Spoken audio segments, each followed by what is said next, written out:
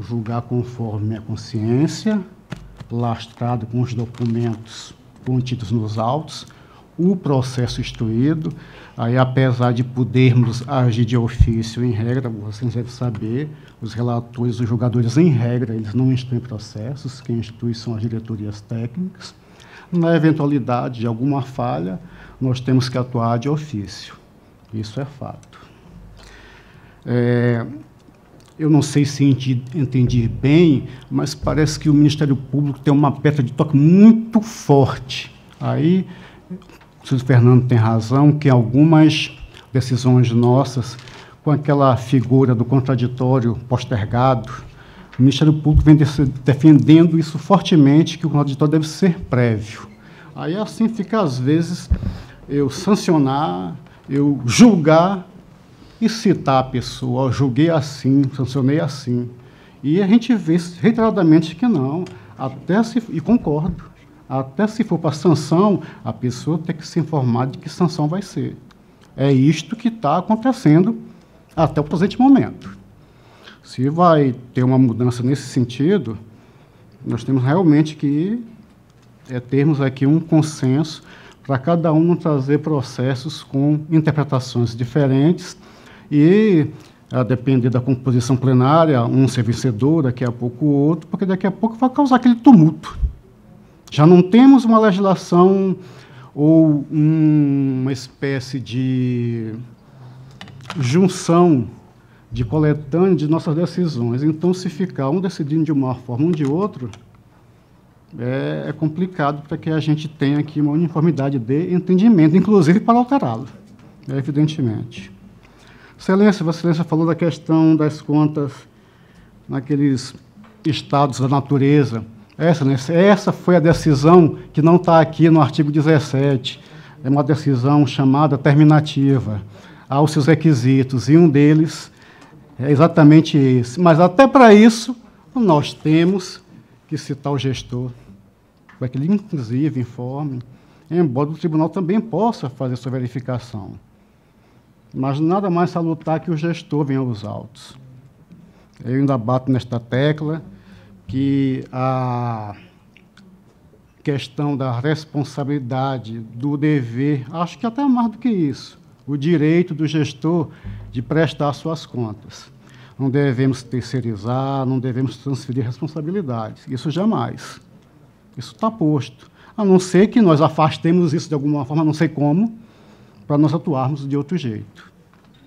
Evidentemente, mais uma vez aqui, exorto o artigo 17, se não o faço de forma monocrática, é porque tem previsão legal para não fazê-lo, ou para fazê-lo de outra forma. E assim eu faço. Sim, zelando pela legalidade, pelos normativos que regem esta instituição, os aqui da lavra estadual, inclusive, eu não posso aqui simplesmente pegar um normativo como parâmetro, alegar como referencial, como panaceia para tudo. Isso, sim, é um absurdo. Isso, sim, é confundir alhos com bugalhos. De fato é. De fato é. Mas acredito que nós vamos evoluir e que aqui o que deve prosperar é unicamente, eu tento, à medida do possível, defendê-lo sempre. Um único interesse, o interesse público. Aliás, o próprio tribunal só tem esse interesse a defender, evidentemente. Eu acho que, quanto a isso, ninguém vai discordar de mim, vai fazer uma interpretação diferenciada. Excelência, sendo assim, com perdão do termo, esgotada a discussão do sexo dos anjos, vamos à votação, então. Acho que não tem mais o que aqui acrescentarmos. Não sei se vamos adentrar em algum debate mais técnico com relação à prestação tomada de contas, mas vamos seguir.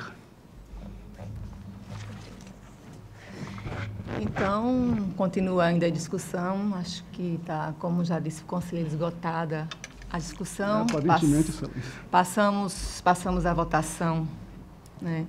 São quantos? São dois. São 6 processos. 6 processos, todos relatados pelo conselheiro Anselmo. Então, vamos pela ordem, para a votação. Conselheiro Fernando Toledo. Senhora presidente, como me manifestei agora há pouco, informando de que cada vez que houver uma diligência no processo, seja ela qual for, eu estaria acompanhando, que, como disse, não precisava nem via plenário, como trata-se de uma diligência, eu acompanho o relator. Conselheiro substituto Alberto Pires. Com o relator, senhora presidente. Conselheiro Otávio Lessa. Eu voto no sentido de que a diligência, entendendo depois de tudo que foi colocado aqui, a diligência seja feita a quem pode efetivamente dar o encaminhamento. A partir do momento que o conselheiro relator, o conselheiro Anselmo, ele trouxe para ser uma posição do pleno, ou seja, uma possibilidade que ele tinha pelo próprio regimento de fazer monocraticamente, e depois de eu ouvir a parte de legislação e tudo, eu acho que encaixa melhor de que a gente possa, nesse primeiro momento, fazer ao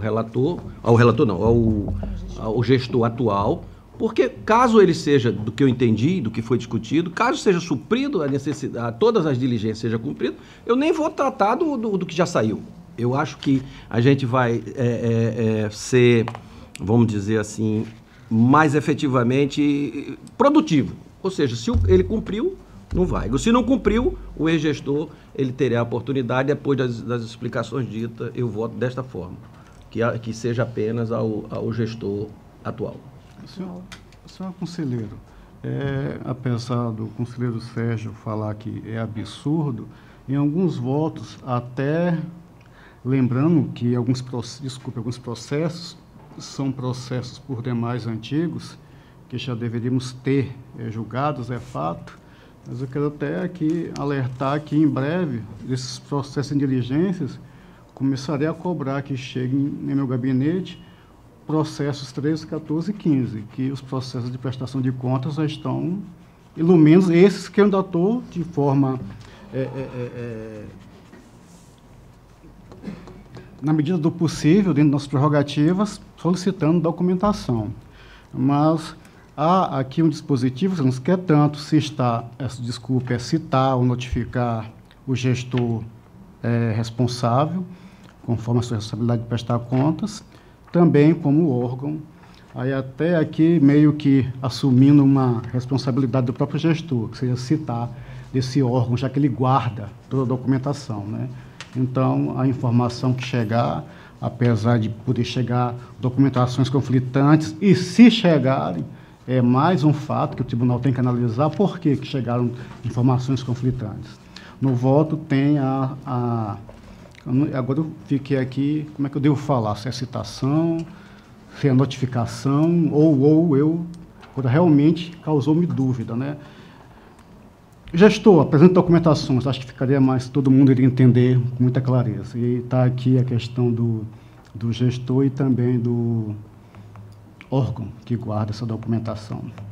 É nesse sentido, tem uns dois. Mas, Vossa Excelência, não, é só nesse sentido. Não, eu queria só uma parte, é o seguinte, Vossa Excelência se colocou sempre da democracia, da maioria do pleno. Perfeito. Eu queria sugerir a Vossa Excelência, democraticamente, como a maioria do pleno, e nós estamos decidindo monocraticamente, que é uma sugestão, que Vossa Excelência, da forma que entender, não dá possibilidade de trazer, porque aí são sete cabeças quando eu estou orientando, que o senhor falou que votava dessa forma. Eu disse que nos autos tem esses dois dispositivos, foi só isso, Excelência. Ah, tudo bem, eu estou sugerindo para Vossa Excelência, porque é uma decisão sua.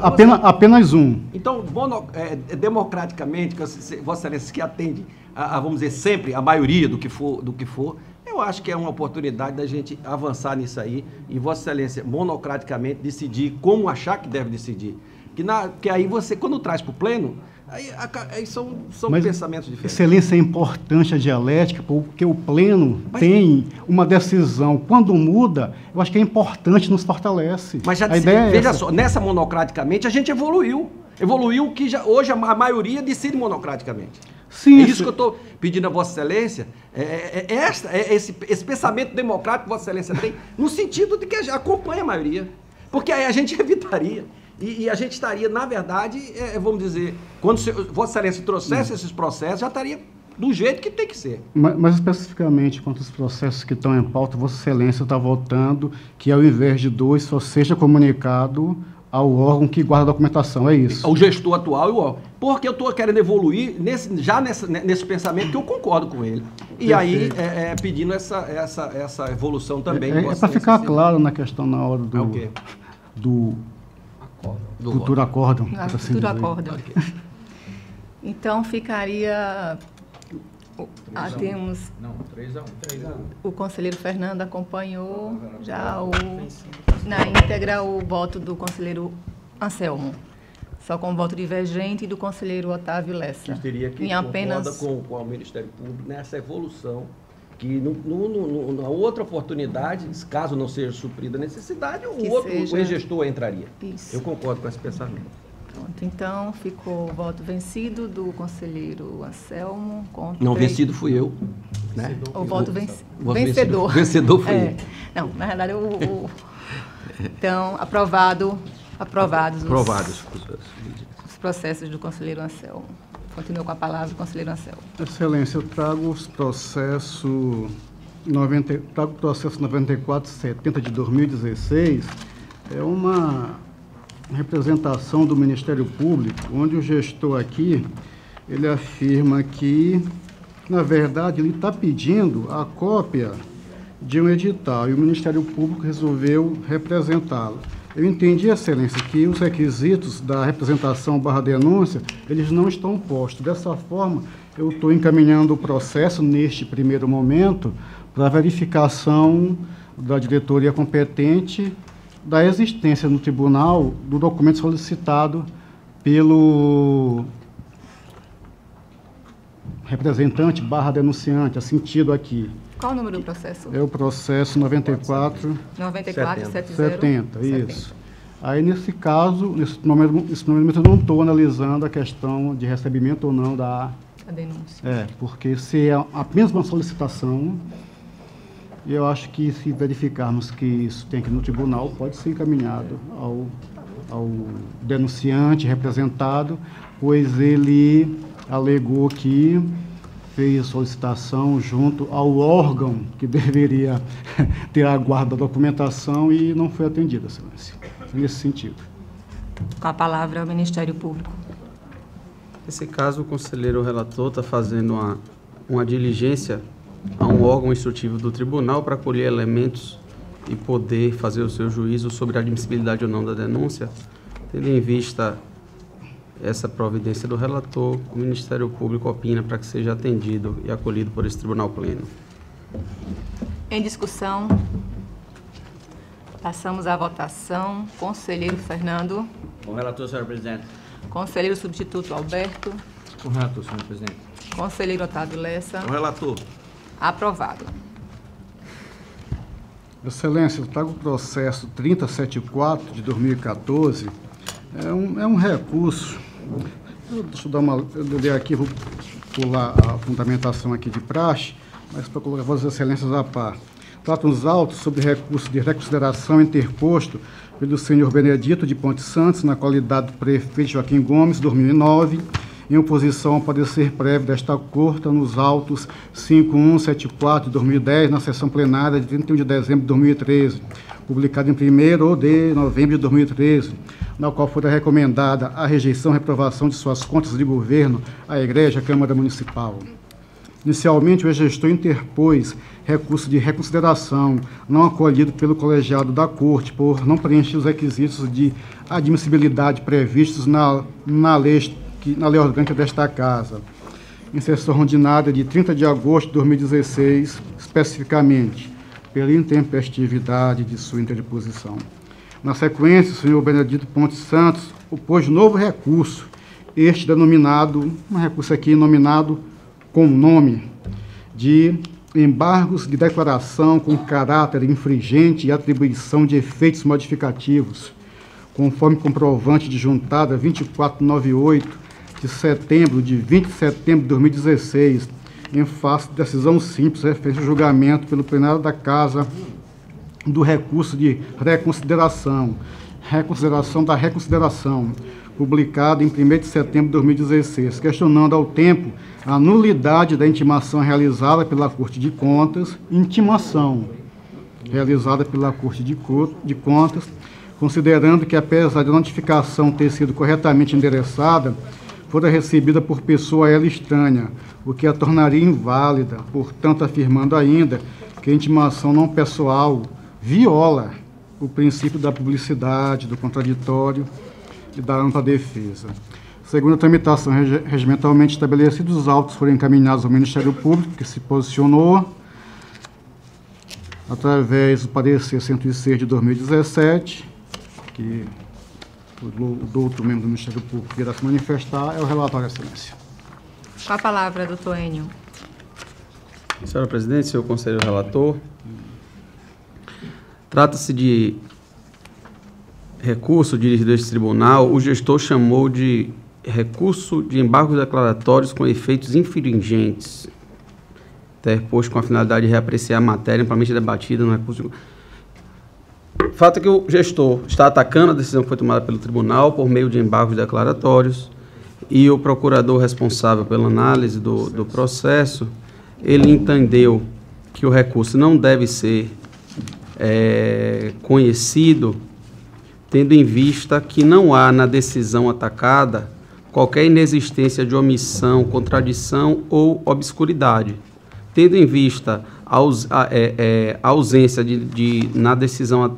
na decisão atacada não ter sido detectada essas situações de omissão, contradição ou obscuridade, entendeu que, no caso, não é cabível o recurso e pugnou pela manutenção da decisão atacada. A palavra, conselheiro Anselmo. Senhora Presidente, em que pese o não preenchimento dos requisitos de admissibilidade previstos, aqui assim, eu pulei a questão da competência e também da competência. Vou falar da questão da admissibilidade, que é tudo vai ficar claro. Em que pese o não preenchimento dos requisitos de admissibilidade previstos legal e regimentalmente, adentramos ao mérito, até para esgotar os argumentos aduzidos pelo recorrente, como forma de defender a necessária dialética processual. Assim, em seus termos, o recorrente alega afronta os princípios do contraditório da defesa por considerar que a notificação realizada pela Corte de Contas, em que pese regular na forma prescrita pelos normativos próprios e no endereço correto, foi entregue a pessoa distinta, na qual não teria conhecimento. Ocorre que este debate foi inaugurado pelo recorrente ainda em sede do recurso de reconsideração originário, rejeitado na oportunidade pelo plenário, considerando o atendimento da forma prescrita pelos normativos que regem a matéria, não havendo que se falar deste modo em cerceamento de qualquer defesa. Outro sim, o Parquet de Contas destacou que os processos de prestação de contas de governo e de gestão são inaugurados pelo próprio gestor. Até isso aqui é uma questão a ser levada em consideração em futura análise de prescrição e decadência, que deve encaminhar pessoalmente os dados financeiro-contábeis à análise e fiscalização do Tribunal de Contas, na forma constitucionalmente estabelecida, não havendo que questionar o conhecimento de seus desdobramentos posteriores, de forma que a publicação em meio oficial, por si só, estaria apta a assegurar a eficácia do princípio aqui da publicidade, para não sermos mais pleonásticos. Considerando, portanto, a publicação regular formalizada por meio do Diário Oficial, conforme a Lei 7.300 de 2011, além do envio da notificação para o endereço atualizado do recorrente, na forma do 25.2 da Lei Orgânica, uma vez, e da preclusão lógica, uma vez que o mesmo argumento fora aduzido pelo recorrente em sede do recurso de reconsideração originário, já julgado por esta Corte de Contas, nada mais consta dos autos a ser submetido ao crivo do colegiado. Vale ressaltar que o recorrente não trouxe ao debate qualquer outra alegação que inovasse ou estivesse apta a provocar a modificação do posicionamento do relator e eventualmente da própria Corte, de forma que os termos do recurso subvenado não merecem prosperar. Dessa forma, trago o voto para que o Pleno entendeu, como entendeu o relator, não conhecer do recurso apresentado, cientificado desta deliberação, encaminhar a cópia desta decisão à Câmara Municipal de Joaquim Gomes, visando a continuidade regular da tramitação do julgamento das contas do senhor Benedito, encaminhar a cópia desta decisão para o Ministério Público Federal em Brasília, informando da existência de procedimentos próprios, solicitar à Câmara de Vereadores que comunique a esta Corte o resultado do julgamento das contas anuais em questão, conforme o 160 do nosso regimento interno, da publicidade para seus efeitos legais, e anexar, após a publicação desta decisão, estes autos aos autos do processo 5174 de 2010, que é a prestação de contas. É como voto, senhor presidente? Em discussão, processo relatado pelo conselheiro Anselmo. Senhora presidente. Com a palavra, conselheiro Fernando. Esse processo, senhora presidente, causa nele uma certa repercussão. Eu gostaria de ter um juízo de valor mais aprofundado sobre ele, e por isso eu peço vista no processo, senhora presidente. Então, concedido vistas ao conselheiro Fernando do processo 3074. Continua com a palavra o conselheiro Anselmo.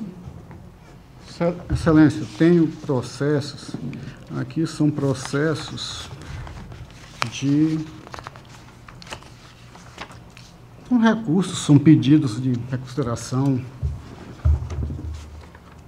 pedidos de anulação de multas aplicadas. Aqui, Excelência, eu queria pedir, vendo Vossa Excelência, para fazer uma leitura bem semelhante a uma lista, e qualquer dúvida eu posso responder a Vossas Excelências. Processos relativos ao município de Água Branca, a gestora mor do município à época, nos processos 5724 de 2015, 37797 de 2014, 1867 de 2013. Acórdãos, respectivamente, 116, 118, 120, todos de 2016. Aqui, a representação dos recursos, embora os fundamentos, eu a parte adjetiva aqui, processual inicial, ela não tenha sido acolhida. Desta forma, as multas estão sendo mantidas. Com relação à gestora do Fundo Municipal de Assistência Social, no processo 13523 de 2014, acórdão 117 de 2016, da mesma forma, o recurso não foi provido. E, quanto ao secretário municipal de Educação, no processo 3814 de 2014, acórdão 107 de 2016, o pedido de anulação de multa não sobreviveu.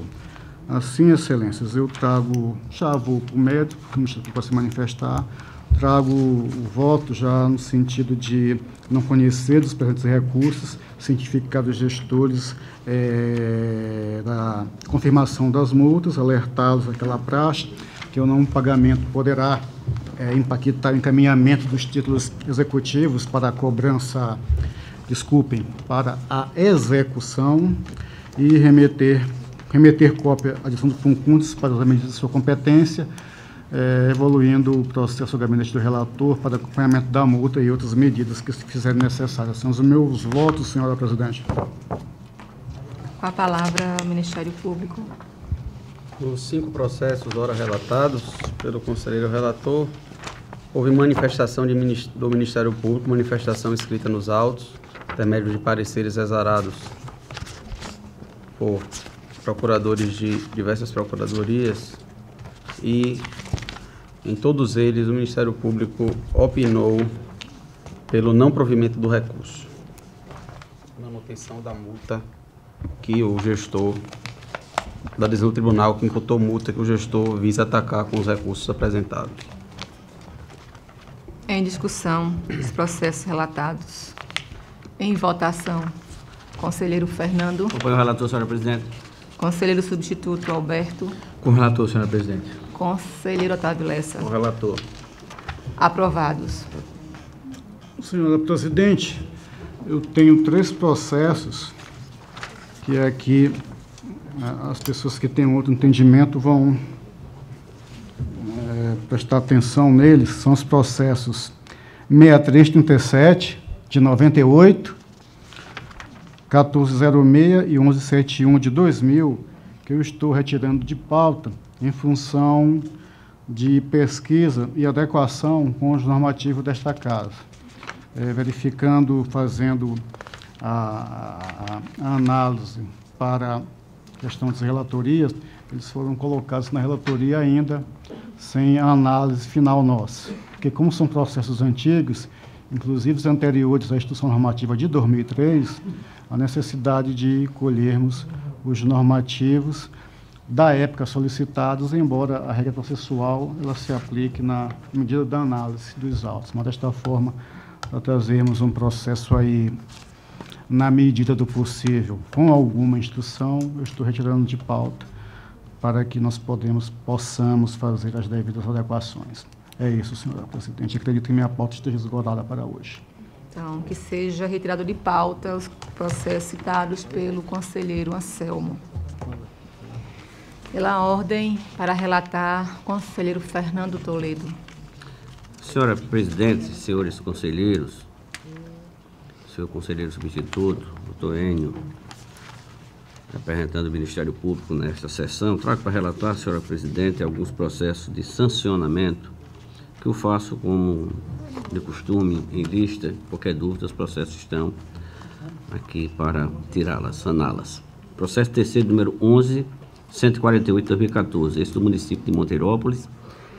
O responsável, o senhor Elison Tenório Medeiros, que vem a ser o gestor do Instituto de Previdência daquele município.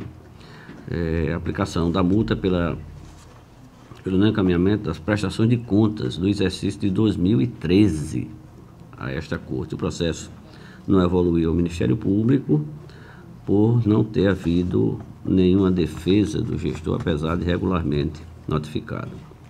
Processo terceiro, número 13.469/2013, do município de Porto de Pedras. Responsável, seu Marcos Eduardo Bianor, gestor à época do Fundo Municipal de Saúde. A aplicação da multa se dá pelo não encaminhamento da primeira remessa do SICAP de 2014. Processo com a mesma característica anterior. Não evoluiu ao Ministério Público, por não houve defesa.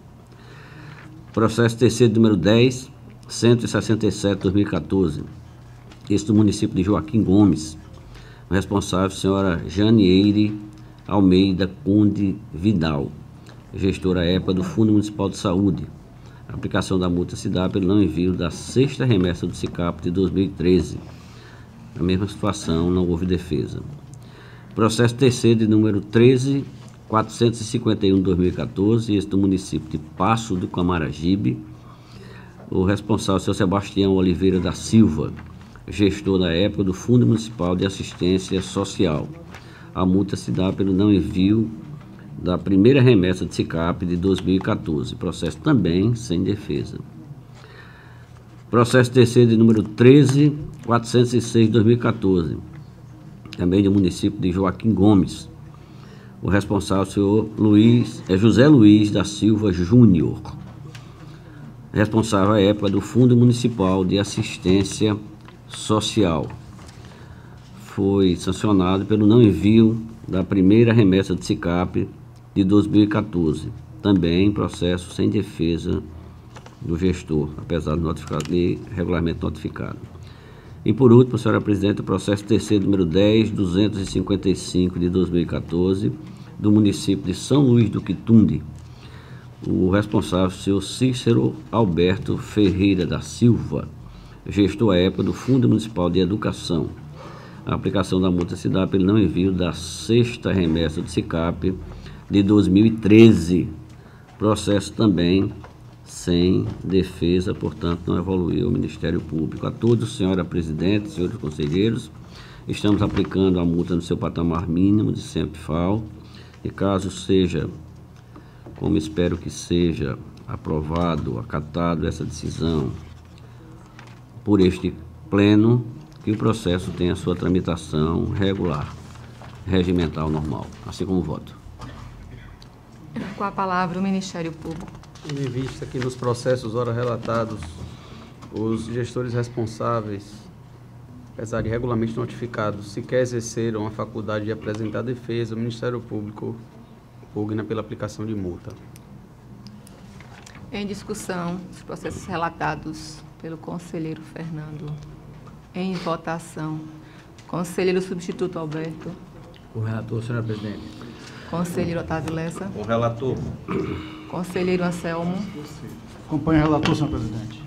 Aprovados. Senhora presidente, eu gostaria de, antes de continuar relatando, retirar de pauta o processo número 2451 de 2016, que é também um voto vista, mas nós ainda nos deparamos com uma pequena dúvida lá da nossa assessoria e peço para retirar da pauta, que colocaremos no momento oportuno. É o processo 2451 de 2016. 2451 de 2016. Retirado de pauta. Senhora presidente, eu tenho aqui uma consulta feita pelo Departamento Estadual de Trânsito a esta Corte de Contas, que, na verdade, eu poderia ter tomado uma decisão monocrática, e justifico porque ele veio a pleno. Na verdade, o conselheiro substituto, doutor Sérgio, faz a opção pelo não reconhecimento da consulta em função de tratar-se, segundo a análise do conselheiro, de um caso concreto. O processo evoluiu ao Ministério Público e este tem um sentimento que se alinha com o deste conselheiro, no sentido de aproveitar parte dessa consulta e fazer a intimação do gestor para ver exatamente a dúvida, que não seja no caso concreto, qual é a dúvida com relação à contratação. Então, nós estamos aqui opinando por fazer a notificação do gestor, no sentido de que ele compareça aos autos. É um voto muito simples, cuida-se de análise do processo de consulta TCE, que tem como interessado o consulente, o diretor do Departamento Estadual de Trânsito, DETRAN. Solicita do Tribunal posicionamento sobre a possibilidade de contratação de serviço de vistoria veicular na forma de credenciamento para a ECV e a empresa de TI, tendo em conta a alta especialidade de serviços de investimento a ser realizado. Cumprindo a tramitação regimental interna, o processo foi enviado à auditoria e o senhor conselheiro substituto, o senhor Sérgio Maciel, que exarou o parecer número 128 de 2016, pelo não conhecimento da consulta por tratar-se de caso concreto, como acabei de dizer. Recebido o processo no Ministério Público de Contas, o procurador, coincidentemente aqui o doutor Reino Pimenta, emitiu despacho no sentido de solicitar ao relator a intimação do consulente para prestar esclarecimento quanto ao objeto da contratação, a fim de se obter informações que possibilite a melhor compreensão do tema em análise. Antes de ouvir o Ministério Público, eu já encaminho, verifiquei que a consulta em análise traz elementos mínimos para consignar para a consignação da matéria, pois, em princípio, o narrado da petição denota a possibilidade de consulta sobre o caso concreto, fato que impossibilitaria o conhecimento da mesma. Contudo, para pluralizar o debate e oferecer ao consulente a possibilidade de aproveitamento do processo, necessário se faz proceder à intimação do mesmo para esclarecer qual a dúvida quanto à aplicação abstrata da legislação em vigência. Neste caminho, e para possibilitar o conhecimento amplo da matéria, tenho por bem deferir o pleito da Procuradoria de Contas, porquanto, com a colheita das informações, terei mais segurança para analisar os autos. Dessa forma, fazendo uso das minhas atribuições constitucionais, legais e regimental, decido deferir o pleito do Ministério Público para intimar o senhor Antônio Carlos Gouveia, diretor do Departamento de Trânsito, para, no prazo de 15 dias contados a partir do recebimento do AR, prestar esclarecimento quanto ao objeto da contratação que pretende realizar.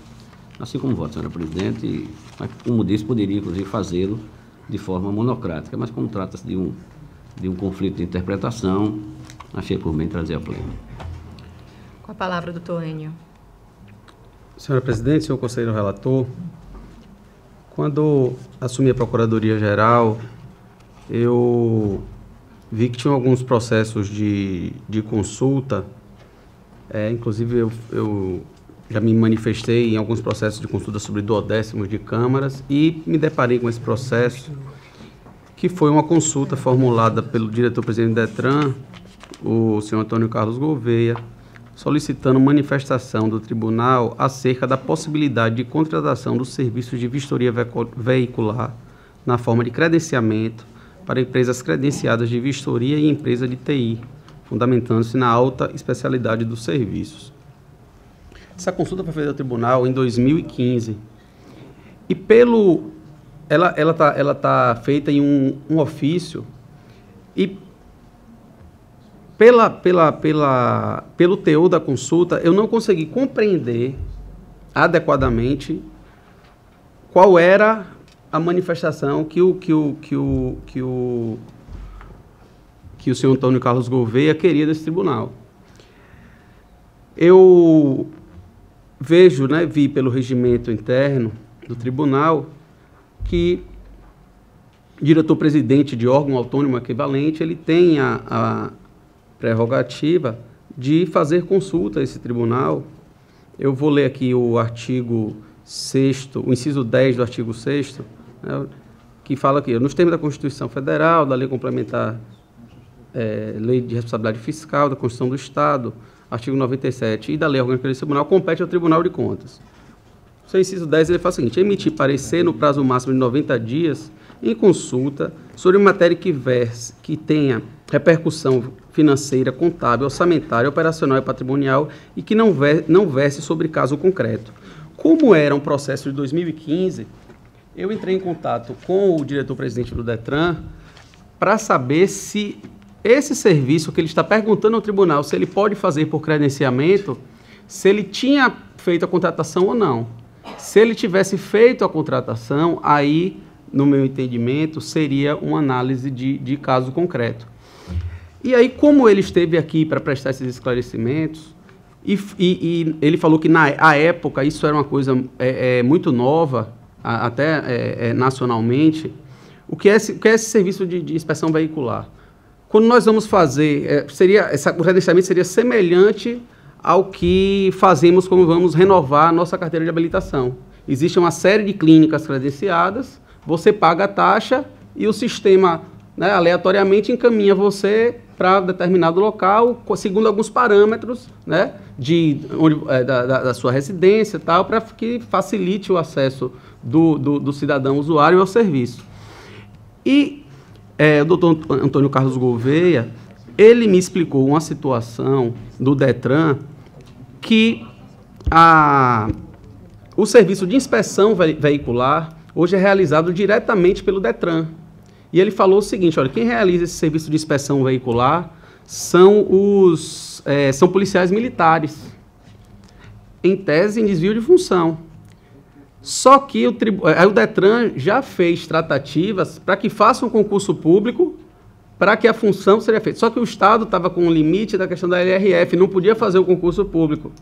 E aí ele, estudando a matéria, acho que em outros DETRANs, isso estava sendo discutido. Vamos tentar fazer um credenciamento, a semelhança do que fazemos para os exames médicos de saúde e tal. Diante dos elementos que ele trouxe, inclusive ele me falou que isso já foi feito em outros estados, salvo engano em São Paulo e em Pernambuco, já foi feita esse tipo de contratação, e ele está com dúvida se ele pode fazer. É justamente o instituto adequado para que o tribunal diga, faça a interpretação, se esse instituto do credenciamento ele pode ser aplicado para a inspeção veicular. Aí, com esses esclarecimentos aí eu entendi o que é que ele queria. Só que isso que ele me explicou não está nos autos. Eu não tenho como dar um parecer sobre o que ouvi dizer. Eu tenho que dar um parecer sobre a situação trazida aos autos. E solicitei ao conselheiro relator a realização dessa diligência para que o diretor-presidente do DETRAN apresente esses arrazoados, inclusive com as contratações que foram feitas nos outros estados, para que o tribunal decida em consulta se ele pode ou não fazer isso. para que o tribunal tenha uma ação preventiva. Porque se o tribunal entender que não pode, ele já não faz. É muito melhor do que ele fazer a contratação e o tribunal depois dizer que está irregular. Por isso que entendi, divergindo do posicionamento de Vossa Excelência, conselheiro Sérgio, no sentido de que, como a contratação ainda não foi feita, não se tratava de caso concreto. Então, com esses esclarecimentos, foi que eu solicitei ao conselheiro relator, poderia ter feito monocraticamente, mas, trazendo a pleno, eu pugno para que o pleno autorize a diligência requerida pelo conselheiro relator. O conselheiro substituto pede para se pronunciar no processo, até porque tem um parecer. Isso, né, parecer da minha lavra.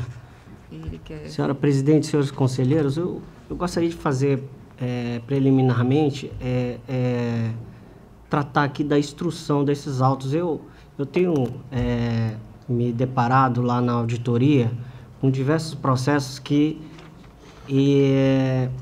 vou dizer assim, não passaram pelo órgão instrutivo, as diretorias de fiscalização. Ou seja, é encaminhado diretamente do gabinete do conselheiro para auditoria e daí determinando que se caminhe para o Ministério Público e depois retorne os autos para o gabinete do conselheiro para que ele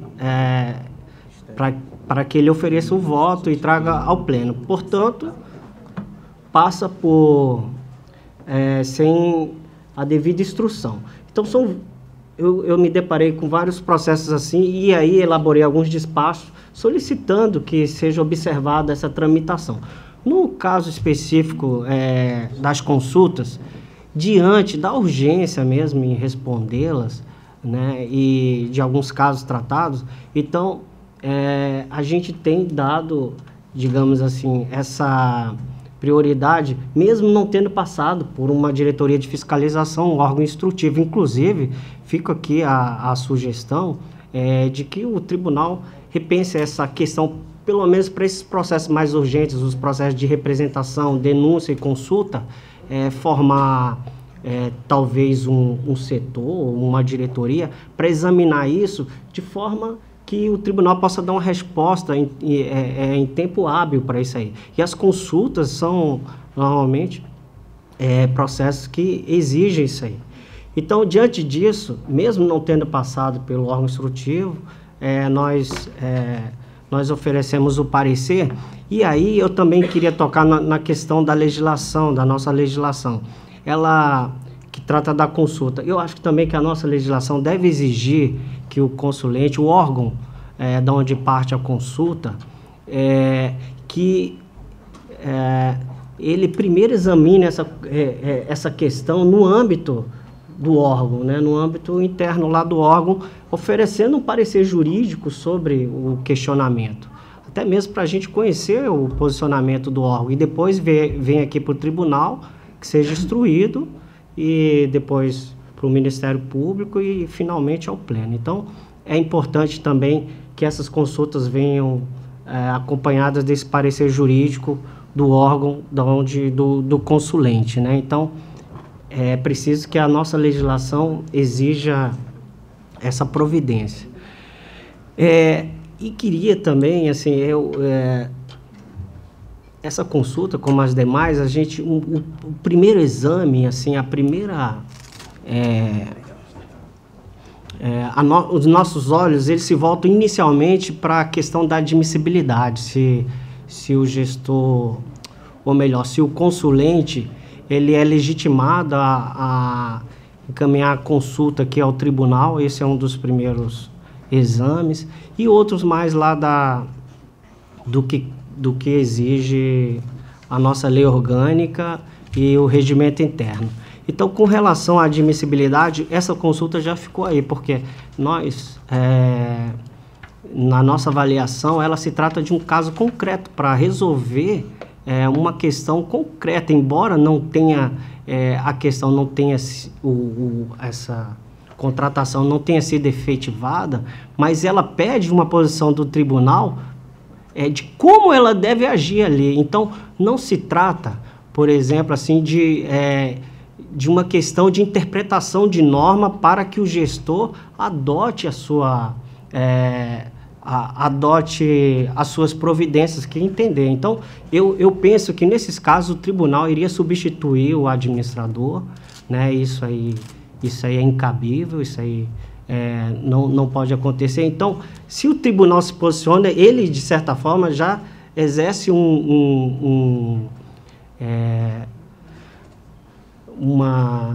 já trata do mérito dessa questão. Então, é uma questão que o tribunal pode, no futuro, avaliar, né, se debruçar sobre ela, e o tribunal já se posicionou no caso de uma consulta de um caso concreto. Então, eu entendi que, salvo o melhor juízo, que aí se tratava de um caso concreto. Então, em razão disso, ofereci esse parecer nesse sentido. Então, eu queria dizer, senhor conselheiro Fernando Toledo, relator dos autos, que não tenho nenhuma objeção, eu acho até eu compartilho da decisão de Vossa Excelência, que eu não tenho nenhuma objeção para que seja adotada a providência visando sanear os autos, né? E que, desde que, lógico, né, seja obedecida, observada a legislação regulamentar que trata disso. E, voltando um pouquinho atrás, eu gostaria de fazer, inclusive, uma observação importante até, que eu acho que alguns processos desse consulta podem ser resolvidos ainda lá no gabinete do conselheiro, ou até no órgão instrutivo, se realmente, como eu estou defendendo aqui, passar pelo órgão instrutivo.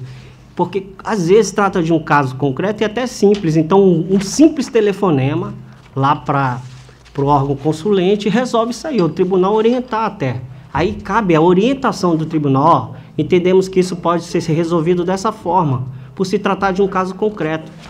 E o tribunal não tem nenhum problema em fazer isso. Então, não só isso, às vezes até um requisito de um documento, aí você vai fazer uma diligência, mas, sabe, tem todo esse trâmite. Às vezes você quer, por exemplo, a cópia de uma lei, da lei diretriz, a cópia de uma lei que instituiu um fundo, a cópia de um determinado documento. Aí você vai fazer diligência? Liga lá, ô meu amigo, manda isso aí, digitaliza isso aí, manda para mim aqui que eu estou precisando para instruir esses autos aqui.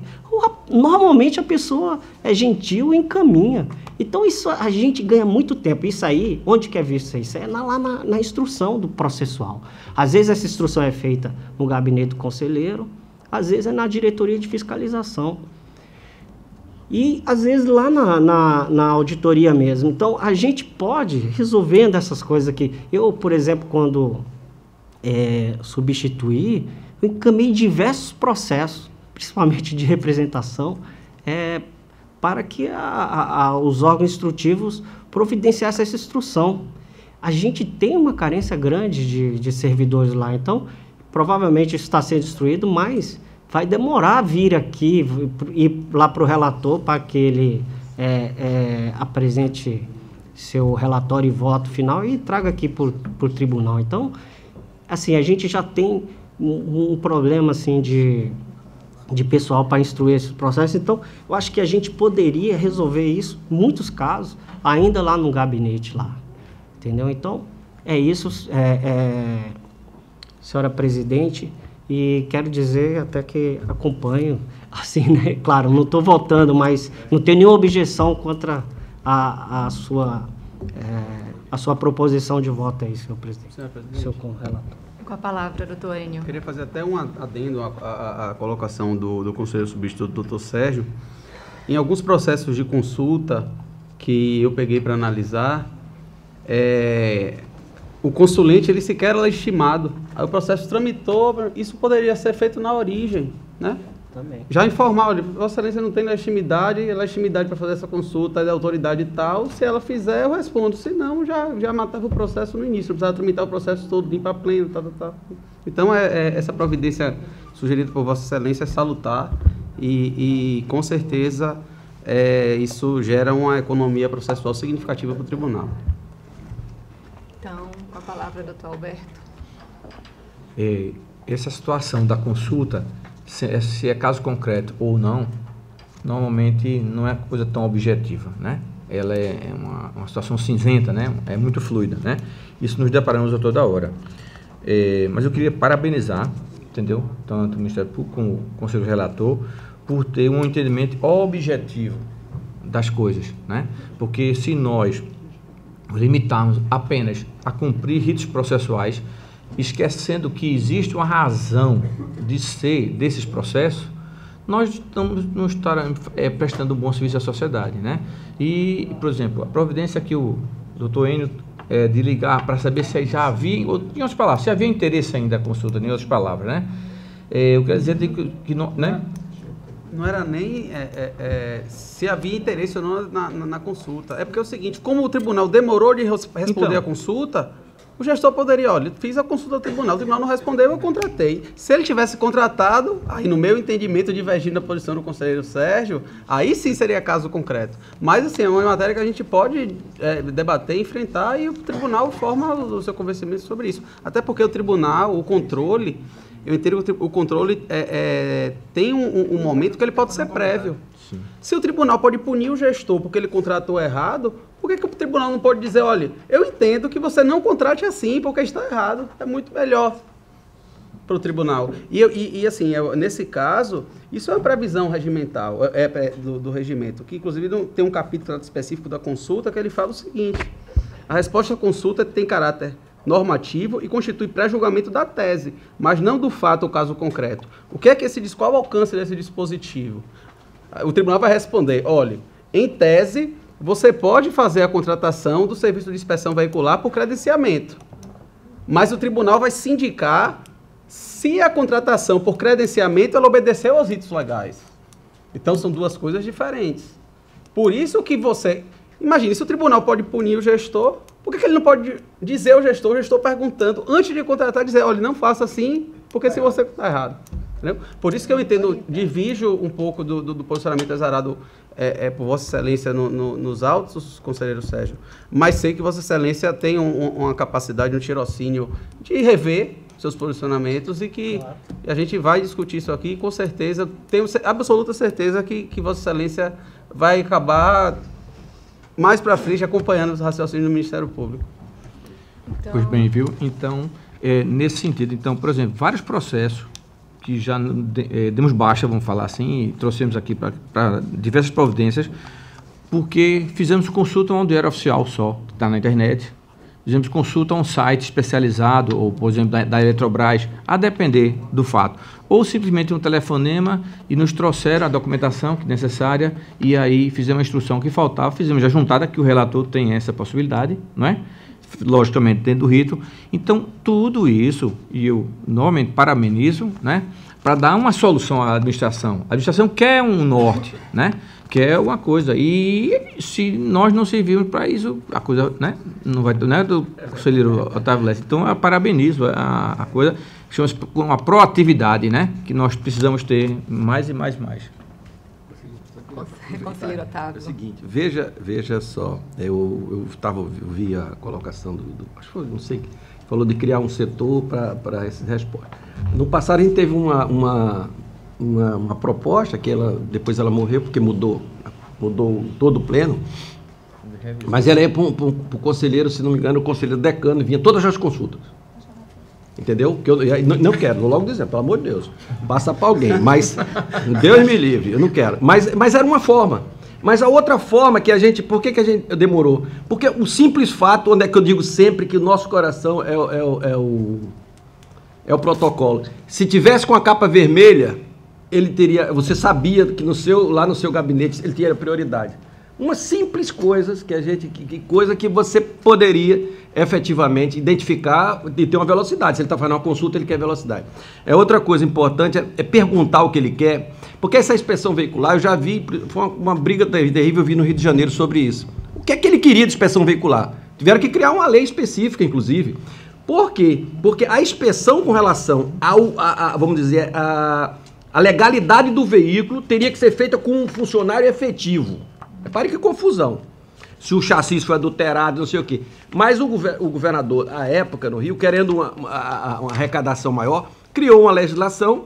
A inspeção veicular era no sentido de poluição E quando a confusão deu muito grande, ele contratou uma empresa que se obrigou a contratar a Universidade Federal do Rio de Janeiro e os aparelhos para botava lá para medir e tal. Aí criou uma outra taxa, né, que fazia só isso. Eu não sei se continua, só tinha no Rio e em São Paulo, que é mais onerando mais uma taxa para o contribuinte, né?